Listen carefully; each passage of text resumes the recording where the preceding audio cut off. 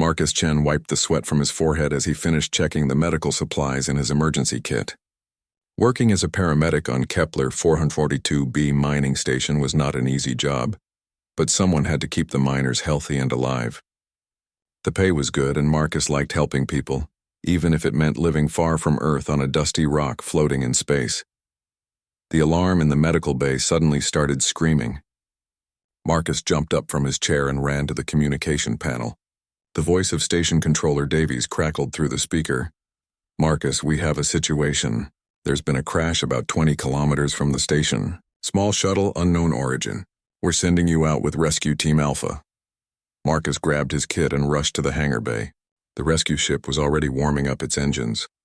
Within minutes, they were flying through the dark space toward the crash site. Through the window, Marcus could see pieces of metal floating among the asteroids, glowing red from the heat of the explosion. "There," said Pilot Jackson, pointing at a larger piece of wreckage. "That looks like the main cabin. Scanning for life signs now." Marcus held his breath as they waited. Finding survivors in space crashes was rare, but it happened sometimes. The scanner beeped softly. "Got one," Jackson said. "Very weak signal, but definitely alive, whatever it is." They carefully brought the wreckage into their cargo bay. Marcus put on his spacesuit and entered the twisted metal cabin. Emergency lights flickered weakly inside. The smell of burning electronics filled his helmet. In the corner, partly covered by fallen debris, Marcus saw something that made him stop breathing for a moment. It looked like a person, but not quite human. The skin seemed to shimmer like crystal, and long silver hair floated around a face that was beautiful but strange. The being wore clothes that looked expensive and royal, made from materials Marcus had never seen before. "Control, I found the survivor." Marcus spoke into his radio. "But this is not human. I repeat, this is not human. Copy that, Marcus. Just focus on keeping it alive. We'll worry about what it is later." Marcus knelt beside the injured being. His training kicked in automatically. Check for breathing. Check for pulse. Stop any bleeding. Keep the patient stable. It didn't matter if this was human or alien. A life was a life. The being's breathing was very shallow. Marcus couldn't find a normal pulse point, but he could see a faint blue glow under the crystal-like skin, probably some kind of circulatory system. There was no visible blood, but several areas of the body seemed cracked like broken glass. Marcus knew he had to act fast. The being was clearly dying. He pulled off his gloves to get better control and placed his bare hands on what he thought was the alien's chest. He started CPR compressions, counting steadily. The moment his skin touched the alien's skin, something incredible happened. A warm, tingling sensation ran up Marcus's arms. The faint blue glow under the alien's skin suddenly became brighter. Lines of golden light started spreading from where his hands touched, running like liquid fire across the being's body. The cracks in the crystal skin began to close slowly. Marcus pulled his hands back in shock. What the hell? But the alien's breathing had become stronger. The blue glow was now steady and bright. Marcus stared in amazement as more of the cracks sealed themselves. He had never seen anything like this in his 10 years of medical work. "Marcus, what's your status?" Jackson's voice came through the radio. "The patient is stabilizing," Marcus replied, still staring at the healing alien. "Somehow. I'm bringing them to the medical bay now." They carefully moved the unconscious being to the rescue ship and flew back to the station. Marcus kept checking the alien's vital signs during the flight. Whatever had happened was continuing to work. The crystal skin was becoming clearer and brighter, and the breathing was getting stronger. Back at the medical bay, Marcus set up a bed for his strange patient. He had treated people from many different planets before, but never anyone like this. The being was tall and thin, with features that were almost human but somehow more perfect. The silver hair seemed to move on its own, even without any air current. As Marcus connected monitoring equipment, he noticed small symbols glowing softly on the alien's forehead. They pulsed in rhythm with what he assumed was a heartbeat. The clothes, which had looked torn and burned at first, now appeared to be repairing themselves with thin golden threads. "Whoever you are," Marcus whispered, "you're definitely not from around here." He spent the next few hours running every medical test he could think of. The results made no sense. The alien's body temperature was perfect for human standards, but the blood, if it could be called blood, was unlike anything in his medical databases. It seemed to be made of liquid light, Around midnight, Marcus was updating his medical records when he heard a soft sound from the bed. He turned to see the alien's eyes opening slowly. They were the color of purple starlight, deep and beautiful and definitely intelligent. The alien looked around the room, then focused on Marcus. When their eyes met, Marcus felt that same warm tingling sensation he had experienced during the rescue. The alien tried to sit up, but Marcus gently pushed them back down. "Easy there," he said softly. "You were badly hurt. You need to rest." The alien spoke, but in a language Marcus had never heard before. It sounded like music mixed with the whisper of wind. The voice was clearly female, and there was something noble about the way she spoke, even though Marcus couldn't understand the words. She reached out with one hand toward Marcus. When her fingers touched his arm, both of them gasped. The golden light appeared again, running between their skin where they touched. Marcus felt a rush of warmth and energy, and the alien's eyes became brighter. "I don't know what's happening between us," Marcus said, "but it seems to be helping you heal, so I guess we'll figure it out together." The alien woman seemed to understand his tone, if not his words. She nodded slightly and closed her eyes again, but kept her hand touching his arm.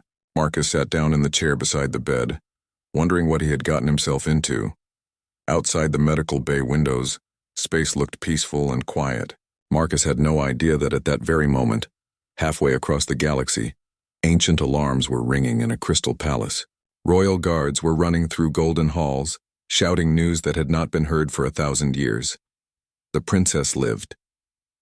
Not only lived, but was healing, and somewhere in that distant palace, tears of joy were beginning to fall from eyes that had given up hope long ago. Marcus yawned and settled back in his chair, keeping his hand where the alien woman could touch it. Tomorrow would probably bring questions he wasn't ready to answer. Tonight he was just glad to have saved a life, even if he didn't understand how or why. He had no idea that his simple act of medical care had just changed the future of the entire galaxy. 3 days had passed since Marcus found the alien woman, and she was getting stronger every hour. She still couldn't speak English, but she had started sitting up and even walking around the medical bay with his help. Every time they touched, the golden light appeared and she seemed to heal a little more. Marcus was beginning to worry about other things too. The woman's clothes were clearly expensive, made from materials that seemed to shift color in the light. The symbols on her forehead had become brighter and more complex, forming patterns that looked almost like a crown. Everything about her suggested she was someone important. "I really need to know who you are," Marcus said as he checked her vital signs that morning, "because I'm starting to think you're not just any random space traveler." She looked at him with those purple eyes and spoke in her musical language. Marcus had been recording everything she said, hoping the station's computer could translate it eventually. So far, no luck. The communication panel in the medical bay suddenly came to life. Station controller Davy's voice filled the room, but he sounded worried. "Marcus, we need you in the command center immediately. Bring your patient with you if she's stable enough to move." "What's going on?" Marcus asked. "Just get up here now. We have visitors." Marcus helped the alien woman put on one of the station's standard jumpsuits. Her own clothes had finished repairing themselves, but they were far too elegant and attention-grabbing. As they walked through the station corridors, Marcus noticed how she moved with perfect grace, like someone who had been trained to walk like royalty. The command center was full of nervous people staring at the main screen. When Marcus saw what they were looking at, he understood why everyone was scared. Ships, hundreds of them arranged in perfect formation just outside the asteroid field. They were unlike any human ships Marcus had ever seen, long and graceful, made from the same crystal-like material as the woman's skin. They glowed with soft blue light and seemed to pulse like living things. "They showed up about an hour ago," Davies explained. "No warning, no communication. They're just sitting out there waiting." "Have you tried talking to them?" Marcus asked. "We've sent every greeting message we know in 30 different languages. Nothing. It's like they're looking for something." The alien woman beside Marcus suddenly made a sharp sound. She was staring at the ships on the screen, and tears were running down her face. She pressed her hands against the window and spoke rapidly in her musical language. "I think she recognizes them," Marcus said. Before anyone could respond, the communication system crackled to life. A new voice spoke deep and commanding in the same musical language as the woman. Marcus looked at his patient and saw her face light up with joy and relief. She rushed to the communication panel and began speaking rapidly. The voice from the ships responded immediately, and Marcus could hear the emotion in it even without understanding the words. Other voices joined in, some angry, some crying, all talking at once. They know each other, Davies said. But what do they want? The alien woman turned to Marcus and grabbed his hands. The golden light flowed between them again, and suddenly Marcus felt something different. Images flashed in his mind, not his own memories, but hers. He saw crystal cities floating in space, people with the same shimmering skin bowing before golden thrones, and faces that looked like hers but older, wearing crowns of light. "Oh no," Marcus whispered. "You're a princess." She nodded, tears still flowing down her face. She spoke to the ships again, then pointed at Marcus. The voices from the communication system suddenly became very interested, all talking at once. Davies was trying to follow the conversation. "Are they talking about our paramedic?" The main screen changed, showing the face of an alien male. He had the same crystal skin and silver hair as the woman, but his eyes were darker and his expression was fierce. When he spoke, his voice was full of barely controlled anger. "That's probably her brother," Marcus said, "and he's not happy." A translation program finally started working, turning the alien speech into broken English. The words that came through the speakers made everyone in the command center go very quiet. "Return. Our sister, Princess Zarathiel, or we destroy your station." Marcus looked at the woman, Princess Zarathiel, and she looked back at him with fear in her eyes. She spoke quickly and the translation came through. "No harm. The human Marcus saved my life." The alien prince's face on the screen became even more angry. "Humans "Are dangerous. They touch royal blood. This is forbidden. Return her now." Davies stepped forward to the communication panel. "This is Station Controller Davies. Your sister was badly injured when we found her. Our paramedic saved her life. We had no idea she was royalty. We're happy to arrange for her return, but we need to follow medical protocols." The translation system worked both ways, turning Davies' words into the alien language. The response was immediate and not encouraging. "No protocols, no delays." She returned, "Now, or you all die." Marcus could see the fear in everyone's faces. The alien ships could probably destroy the mining station without much effort. But he also understood something the others didn't. Princess Zarathiel needed him. Every time they stopped touching for too long, she became weaker. Whatever was healing her required his presence. "I think there's more to this story," Marcus said to Davies. "She gets sick when I'm not around. I don't think she can leave yet." Princess Zarathiel must have understood some of what he said, because she nodded and spoke to her brother again. The conversation became heated, with several voices arguing at once. Finally, the prince's face disappeared from the screen. A few minutes later, a different voice came through.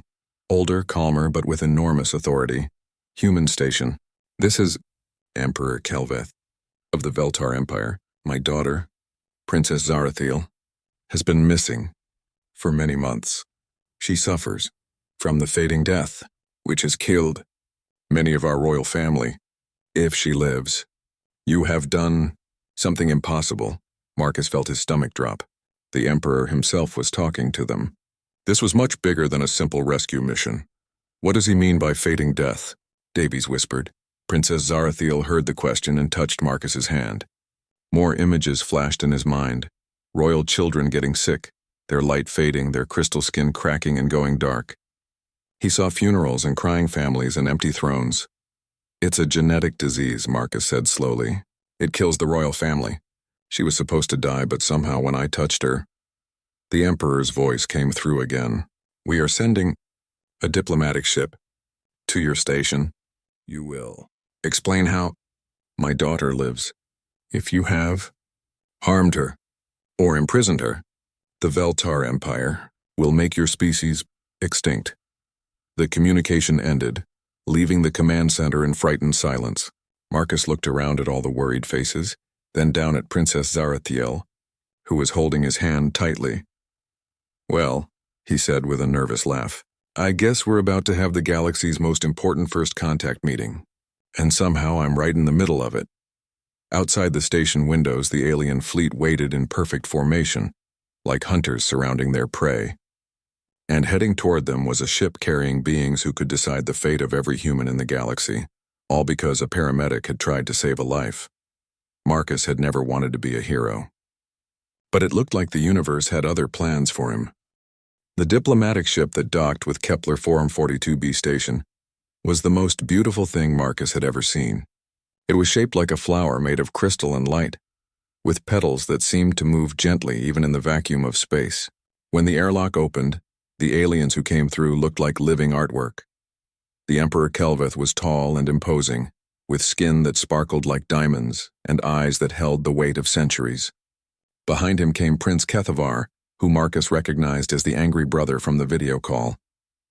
Several other aliens followed, all wearing robes that seemed to be made from captured starlight. Princess Zarathiel ran to her family, tears streaming down her face. The reunion was touching to watch, even though Marcus couldn't understand the words. The Emperor held his daughter carefully as if she might break, while Prince Kethvar stared at Marcus with suspicion and barely controlled anger. Station Controller Davies had arranged for the meeting to take place in the largest conference room they had. The human delegation was small. Just Davies, Marcus, Chief of Security Torres, and a few other station officials. The alien delegation outnumbered them and looked far more impressive in their glowing robes and crystal jewelry.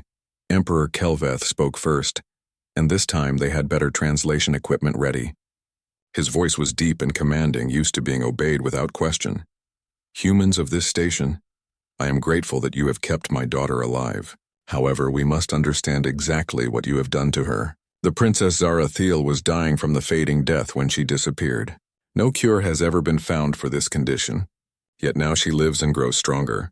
How is this possible? Davies looked at Marcus, clearly wanting him to answer. Marcus stood up nervously. He was just a paramedic, not a diplomat, and he was about to explain something he didn't understand himself to the most powerful being in an alien empire. Your Majesty, Marcus began, hoping he was using the right title. I found the princess in a crashed shuttle. She was barely alive. I performed standard human emergency medical procedures, including direct physical contact for CPR. When I touched her, something happened that I've never seen before. Marcus held out his hand toward Princess Zarathiel. She smiled and placed her palm against his. Immediately, the golden light appeared, flowing between their skin like liquid electricity. Every alien in the room gasped and began speaking at once. Emperor Kelveth raised his hand for silence. When he spoke again, his voice was full of wonder and disbelief. The golden healing. It exists only in our oldest legends. Stories say that long ago, before our people reached the stars, there was a species that could heal any wound, cure any disease, with their touch. But those were just children's tales. Maybe not just tales, Marcus said. He was still holding the princess's hand, and he could feel her strength flowing through the connection. Since I've been in contact with her, the princess has been healing steadily. But if we're apart for too long, she starts to get sick again. Prince Kethvar stood up angrily. This is impossible. No inferior species could possess healing powers beyond our medical science. Kethvar, the Emperor said sharply. Control yourself, but the prince continued. Father, these humans have obviously done something to Zarathiel. Some kind of drug or technology that makes her dependent on them. We should take her home immediately and let our healers examine her properly. Princess Zarathiel spoke for the first time since the meeting began. Her voice was weak but determined. The translation came through clearly. Brother Marcus saved my life. Without him, I would have died in that crashed shuttle, and without his touch, I will die now. I can feel the fading death trying to return whenever he is not near me. The room fell silent. Emperor Kelveth looked old and tired suddenly, as if the weight of ruling an empire was too much for him. My daughter, he said softly. Are you saying you cannot live without this human's presence? I am saying that his touch heals what has been killing our family for generations. I do not fully understand it either, but I know it is real. Marcus cleared his throat. Your Majesty, if I may suggest something, why don't we run some tests? Your medical experts and ours working together. We can figure out exactly what's happening and maybe find a way to make the healing permanent. Chief of Security Torres leaned over to whisper in Davies's ear. Sir, we're getting reports from other sectors. Word about this is spreading. Other alien species are starting to pay attention to what's happening here. Davies nodded grimly and addressed the Emperor. Your Majesty, I think we have another problem. If news gets out that humans can heal conditions other species consider incurable, we're going to have visitors. Lots of them. Emperor Kelveth considered this. You are correct. There are species in this galaxy who would do anything to possess such power, and others who would see it as a threat to be eliminated. Prince Kethvar was pacing now, his anger visible in the way his crystal skin flickered with darker colors. This is madness. We cannot allow our royal family to become dependent on aliens. And yet, a new voice said from the doorway, it may be our only hope. Everyone turned to see another alien entering the conference room. This one was older than the others, with skin that looked more silver than crystal, and robes covered in complex symbols. Marcus could tell immediately that this being was important. Even the Emperor straightened up when he entered. High Healer Morpheus, Emperor Kelveth said with respect. I did not expect you to come personally. When the Death Watch crystals announced that Princess Zarathiel was not only alive but healing, I had to see for myself. The High Healer approached Marcus and the princess, studying them carefully. May I examine the connection? Marcus looked at Princess Zarathiel, who nodded. The High Healer extended his hands toward them, and Marcus felt a strange tingling sensation, different from the warm healing he shared with the princess. Fascinating, the High Healer murmured. The human's bioelectric field is somehow synchronizing with the princess's cellular structure. It is not just healing the fading death, it is rewriting her genetic code to prevent it from returning. Is that possible? Davies asked. I would have said no yesterday. Today I am witnessing it with my own eyes. The High Healer turned to Emperor Kelveth. Your Majesty, if this human can truly cure the fading death, he may be the key to saving our entire bloodline. But the process appears to require ongoing contact. Prince Kethvar exploded. So we make one of our royal family a prisoner of an alien species. This is not acceptable. The alternative, the High Healer said quietly, is that we continue to watch our children die one by one until there is no royal family left at all. The weight of those words settled over the room like a heavy blanket. Marcus looked around at all the faces, human and alien, and realized that his simple act of trying to save a life had created a situation that could change the future of multiple species. There might be another option, Marcus said slowly. What if the healing ability isn't unique to me? What if other humans can do it too? Emperor Kelveth's eyes widened. You believe others of your species possess this power? I don't know, but maybe we should find out. Because if Princess Zarathiel is going to need ongoing contact with a human to stay healthy, we need to understand exactly how this works and whether it can be replicated. As if summoned by their conversation, the communication system activated. Davies' face went pale as he listened to the incoming message. Sir, came the voice of the communications officer, we're detecting multiple fleets approaching our position. Different species, all requesting permission to dock. They're all asking about the human healing abilities. Emperor Kelveth and Prince Kethvar exchanged worried looks. The High Healer stroked his chin thoughtfully. It appears, the Emperor said, that our secret is no longer secret. We must decide quickly how to proceed before others decide for us. Marcus was still holding Princess Zarathiel's hand, feeling the steady flow of healing energy between them. He had wanted a simple life as a paramedic, helping people and staying out of trouble. Now he was apparently the center of an interstellar diplomatic crisis that could affect the balance of power in the galaxy. Well, he said with a nervous smile, I guess we'd better figure this out fast, because it looks like we're about to have a lot more company. Outside the station, ships from a dozen different species were approaching, all drawn by rumors of human healing powers. The age of humanity's isolation was about to end, whether they were ready for it or not. Over the next 2 weeks, Kepler 442b station became the busiest place in the galaxy. Ships from dozen different species crowded around the mining station, turning the quiet outpost into something that looked like a major spaceport. Representatives from the Galactic Council, the Trade Federation, and even species that humans had never heard of, all wanted to meet the paramedic who could heal the incurable. Marcus barely had time to sleep. Every day brought new tests, new meetings, and new discoveries about his strange healing ability. Dr. Sarah Kim, the station's head medical officer, worked alongside High Healer Morpheus and other alien medical experts to understand what was happening. The results are incredible, Dr. Kim explained to Marcus as they reviewed the latest test data. Your cellular structure produces a type of bioelectric field that seems to adapt to whatever it touches. When you make contact with Princess Zarathiel, your body automatically starts producing the exact type of energy needed to fight her genetic condition. Marcus looked at the complex charts and graphs, understanding maybe half of what he was seeing. So it's not just magic healing powers, there's actual science behind it. Oh, there's definitely science, but it's unlike anything we've ever encountered. Your DNA has sequences that don't match any known human genetic patterns. It's like you're carrying evolutionary adaptations that haven't been activated until now. Princess Zarathiel, who had been quietly listening to the conversation, spoke up. Dr. Kim, may I share something that High Healer Morpheus discovered yesterday? Dr. Kim nodded and the princess continued. He found references in our oldest historical records. Before the Veltar Empire existed, before any of our current civilizations reached space, there were stories of a species called the Bridgemakers. They were said to possess the ability to heal and unite different forms of life. You think humans are descended from these Bridgemakers? Marcus asked. Not descended from, High Healer Morpheus said as he entered the medical bay. You may actually be them. The records suggest that the Bridgemakers scattered across the galaxy long ago, settling on different worlds and forgetting their original nature. Earth may have been one of those worlds. The idea was almost too big for Marcus to understand.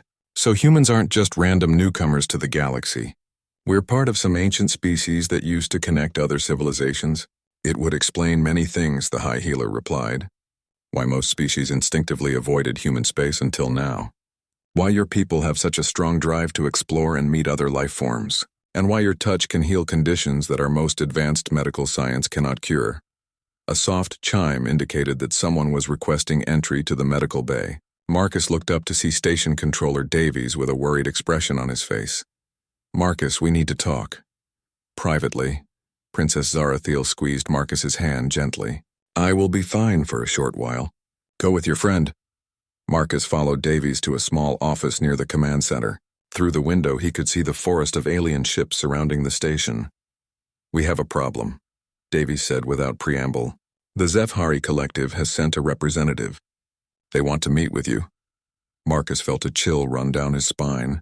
Even humans had heard of the Zefhari, a species known for their ruthless expansion and their habit of conquering or destroying anyone who stood in their way. What do they want? According to their message, they want to discuss the human healing anomaly and its implications for galactic security. But Marcus, I've been doing some research. The Zefhari have been quiet for the past 1,000 years, not expanding or conquering like they used to. Now suddenly they're interested in human healing abilities. Davies pulled up a holographic display showing star charts and historical data. Look at this. Every species that has suffered from genetic plagues or mysterious diseases over the past millennium, they all had conflicts with the Zefhari right before the problem started. Marcus stared at the display, understanding dawning on him slowly. You think the Zefhari have been causing these genetic diseases on purpose? I think they've been waging biological warfare for centuries, using diseases designed to weaken other species from within. And now they've heard that humans can cure those diseases. Before Marcus could respond, alarms started ringing throughout the station. Davies rushed to the communication panel. This is Davies, report. Sir, we have multiple Zefhari ships dropping out of hyperspace. They're not responding to our communications and they're powering up weapons. Marcus felt his heart rate spike. They're attacking? Looks like they've decided not to wait for a diplomatic meeting, Davies said grimly. All hands to battle stations. Marcus, get to the medical bay and protect the princess. If the Zefhari get their hands on either of you, Marcus was already running. He burst into the medical bay to find Princess Zarathiel, looking out the window at the approaching enemy ships. Her crystal skin was glowing brighter than usual and her eyes held a fierce light. They come for us, she said simply. The Zefhari have found us. Princess, we need to get you somewhere safe. She turned to look at him and Marcus was surprised by the determination in her expression. Marcus, there is something I must tell you. The fading death that kills my family, it is not natural. High Healer Morpheus confirmed it yesterday. It was created by the Zefhari centuries ago as a weapon against our bloodline. The station shook as the first enemy weapons struck the shields. Emergency lights flickered on throughout the medical bay. They've been slowly killing your royal family? Marcus asked. helping the princess to a more secure part of the room, for generations, weakening our empire, making us focus inward instead of challenging their expansion. But now you have given us hope. You have given us the power to heal what they tried to destroy. Another impact shook the station harder this time. Through the communication system, Marcus could hear Davies coordinating the defense with the Veltar ships that had remained to protect their princess. Marcus, Princess Zarathiel said, taking his hands in hers, I need you to understand something. When we touch, I can feel more than just healing. I can feel your strength, your determination, your compassion. These qualities flow into me and make me stronger in ways that have nothing to do with curing disease. The golden light flowed between them as she spoke, but this time, Marcus felt something different. Instead of just healing flowing from him to her, he could feel her strength and courage flowing back to him. It was like they were sharing more than just biological energy. I can feel it too, he said with wonder. It's not just healing, is it? It's some kind of symbiotic bond. High Healer Morpheus believes that this is how the Bridgemakers worked. They didn't just heal other species, they formed partnerships with them. Bonds that made both sides stronger. The station shook again, and this time the lights went out completely. Emergency power kicked in a moment later, but Marcus could hear the sounds of battle getting closer. Princess, if we don't survive this, I want you to know that meeting you has been the most amazing thing that's ever happened to me. She smiled, and in the dim emergency lighting, her crystal skin seemed to glow with its own inner light. We will survive this, Marcus. Because now I understand something that the Zefhari do not. What's that? They have spent centuries trying to divide and weaken other species. But you and I represent something they cannot understand or defeat. The power of two different peoples working together, making each other stronger. The medical bay door burst open, and Security Chief Torres rushed in with a team of armed guards. We need to move you both to the secure bunker, he said urgently. The Zefhari have broken through the outer defenses. As they hurried through the corridors toward the station's most protected area, Marcus could hear the sounds of fighting echoing through the walls. Alien voices shouted in languages he didn't recognize, and the flash of energy weapons lit up intersections ahead of them. Torres, Marcus said as they ran, what are our chances? Honestly, not good. The Zefhari brought a full battle fleet. We're outnumbered 3-1, even with the Veltar ships helping us. They reached the secure bunker, a heavily armored section at the heart of the station. As the blast doors closed behind them, Princess Zarathiel turned to Marcus with a look of determination that made her seem more like a warrior than a patient. Marcus, I have an idea, but it will require us to trust the bond between us completely. What do you mean? If human healing abilities can cure genetic diseases, and if our bond allows us to share strength and abilities, then perhaps together we can do more than just heal. Perhaps we can fight back. Marcus looked at her glowing eyes and felt the warm energy of their connection flowing through his body. For the first time since the attack began, he felt hope instead of fear. Tell me what you have in mind. Inside the secure bunker, Princess Zarathiel explained her plan while the sounds of battle raged outside. The idea was dangerous and had never been tried before, but it might be their only chance. The bond between us allows us to share biological energy, she said, her hands glowing as they touched Marcus's. But High Healer Morpheus believes it could do more. If humans truly are the ancient Bridgemakers, then you might be able to temporarily enhance the natural abilities of other species. Marcus felt the familiar warm tingling as their connection strengthened. You mean like making the Veltar warriors stronger or faster? Exactly. And if we can establish contact with multiple individuals at once, we might be able to coordinate them like a single fighting force. Security Chief Torres was monitoring the battle through the bunker's communication systems. The Zefhari have taken most of the outer sections, he reported grimly. They're moving toward the command center. We have maybe 20 minutes before they break through to us. Princess Zarathiel stood up with new determination. Then we must try now. Torres, can you contact the Veltar warriors who are still fighting? I can patch you through to their communication network. Within minutes, they had established contact with Prince Kethvar, who was leading a group of Veltar soldiers in defending the main corridors. Sister, his voice came through the speakers. Strained from battle, we cannot hold them much longer. These Zefhari fight like machines without fear or mercy. Brother, I need you to trust me. Bring your warriors to the bunker level. I believe Marcus and I can help you fight more effectively. There was a pause filled with the sounds of energy weapons firing. What do you mean? There is no time to explain. Just come. 10 minutes later, Prince Kethavar and 15 Veltar warriors reached the bunker. They looked exhausted and desperate, their crystal armor cracked from battle. The prince stared at Marcus with a mixture of hope and suspicion. What do you intend to do, human? Marcus wasn't entirely sure himself, but he could feel the potential energy flowing through his connection with Princess Zarathiel. I'm going to try to share some of my strength with your warriors, make them faster, stronger, more coordinated. Is such a thing possible? We're about to find out. Princess Zarathiel took Marcus's right hand while extending her left hand toward her brother.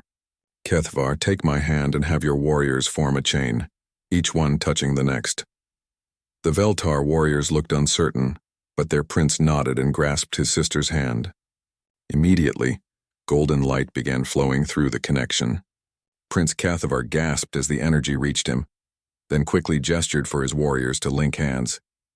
As the chain of contact was completed, Marcus felt something incredible happen. Instead of just sharing his energy with Princess Zarathiel, he could suddenly sense all 16 Veltar warriors. He could feel their fatigue, their injuries, their fear, and he could do something about all of it. Energy flowed from Marcus through the princess and into each warrior. But more than that, he could feel their natural Veltar abilities being enhanced. Their already impressive strength doubled. Their reflexes became lightning fast. Most remarkably, he could sense what each of them was thinking and planning, allowing him to coordinate their actions perfectly. By the ancient lights, Prince Kethavar whispered, staring at his hands which now glowed with golden energy. I feel like I could tear through a battlecruiser with my bare hands. The effect should last for about an hour, Princess Zarathiel said, though she looked pale from the effort of channeling so much energy. Use it wisely. Security Chief Torres was monitoring the Zefhari advance. They've reached the bunker level, 3 corridors converging on this position. Prince Kethavar looked at his warriors, all of whom were now glowing with enhanced power. Then let us show these Zefhari what the Veltar can do when we fight as one. The battle that followed was unlike anything in recorded galactic history. The enhanced Veltar warriors moved with perfect coordination, as if they shared a single mind. They could anticipate each other's actions and work together with an efficiency that turned them from a desperate defending force into an unstoppable advancing army. Marcus, still connected to all of them through Princess Zarathiel, could see the battle through 16 different sets of eyes simultaneously. He guided their movements, warned them of dangers, and helped them coordinate attacks that the Zefhari couldn't predict or counter. The enemy forces, used to fighting against divided and frightened opponents, found themselves facing an enemy that seemed to know their every move before they made it. The Zefhari began to retreat, then flee entirely as the enhanced Veltar warriors pressed their advantage.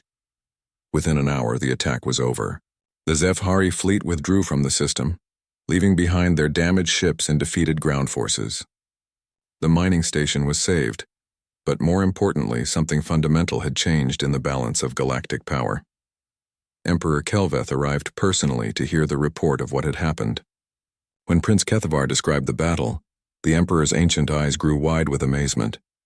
You coordinated 16 warriors as if they were one being, he asked Marcus. It felt more like they were sharing their strength with each other through me, Marcus replied. I was just the connection point. High Healer Morpheus had been studying the energy readings from the battle. This confirms our theories about the ancient bridgemakers.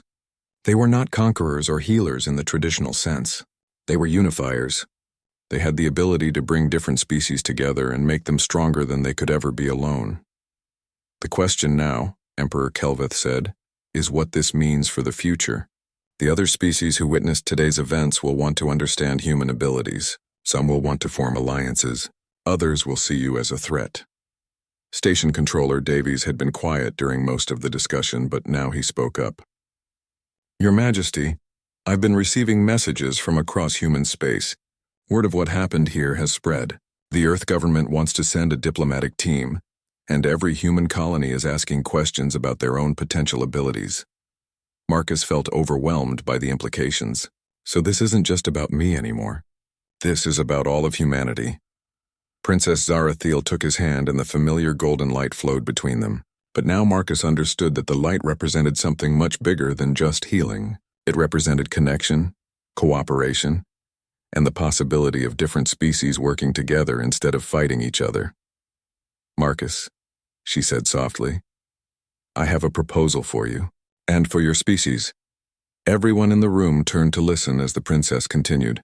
"The Veltar Empire formally requests an alliance with humanity, not as conquerors or subjects, but as equal partners. We propose the establishment of a joint research facility where humans and Veltar can work together to explore these bonding abilities. We also propose that humans be granted full membership in the Galactic Council, with all the rights and responsibilities that brings." Emperor Kelveth nodded his agreement. "The Zefhari attack today was not random. They have been using biological warfare to weaken other species for centuries. If humans truly have the ability to counter their weapons and unite their victims, then humanity represents hope for the entire galaxy." Marcus looked around the room at all the faces, human and alien, watching him expectantly. A year ago, he had been a simple paramedic on a mining station, worried about nothing more complicated than treating injured workers. Now he was apparently being offered a role in galactic politics. "I'm just one person," he said. "I can't make decisions for all of humanity." "No," Princess Zarathiel replied, "but you can make decisions for yourself. Will you work with us? Will you help us explore what these abilities mean and how they can be used to bring peace instead of war?" Marcus thought about everything that had happened. He had accidentally saved an alien princess, discovered that humans might be descendants of an ancient bridge-building species, helped coordinate a battle that defeated a galactic threat, and now was being offered a chance to help shape the future of multiple civilizations. "Princess," he said with a smile, "when you put it like that, how can I say no?" 6 months later, the first human Veltar research station was completed in orbit around a neutral world. Marcus worked there as the director of symbiotic studies, helping other humans discover and develop their own bonding abilities. Princess Zarathiel served as the Veltar ambassador to humanity, and their working partnership had grown into something much deeper and more personal. The station was visited regularly by representatives from dozens of species, all eager to learn about human bonding abilities and explore the possibilities of closer cooperation. The Zefhari had retreated to their home systems, their biological warfare campaigns rendered useless by human healing powers. As Marcus stood in the observation deck, watching ships from a dozen different worlds docking at the station, he marveled at how much had changed. The galaxy was becoming a more connected place, with species working together instead of fearing each other. Princess Zarathiel joined him at the window, and their hands found each other automatically. The golden light that flowed between them had become as natural as breathing. "Do you ever regret that day when you found me in the crashed shuttle?" she asked.